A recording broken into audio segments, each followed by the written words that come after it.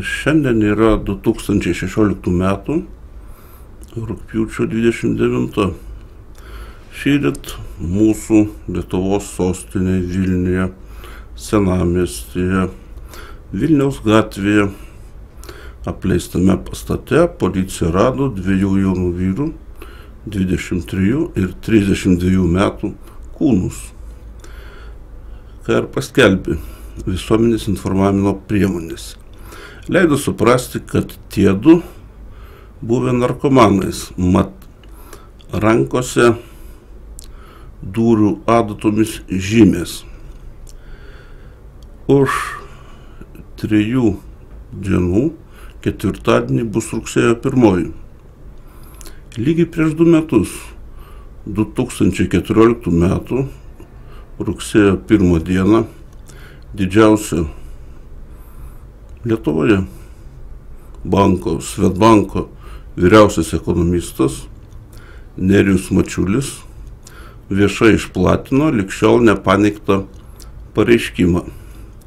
Esą nuo šiol, tai yra nuo 2014 metų rugsėjo 1, šešėlinė veikla,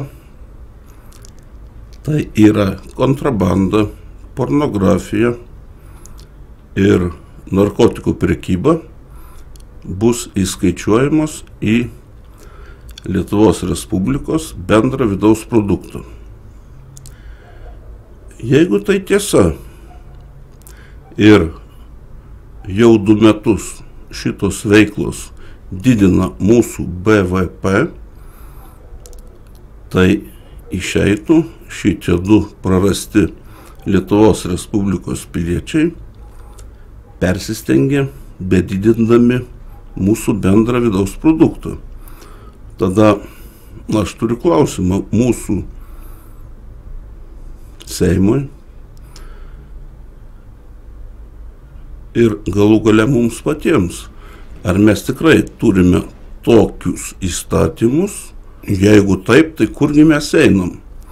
Jeigu tai vis tik netiesa ir tas 2014 metų rugsėjo 1 dienos Svedbanko vyriausiojo ekonomisto Nerijaus Mačiulio pareiškimas, kad, pakartosiu, šešėlinė veikla, kontrabanda,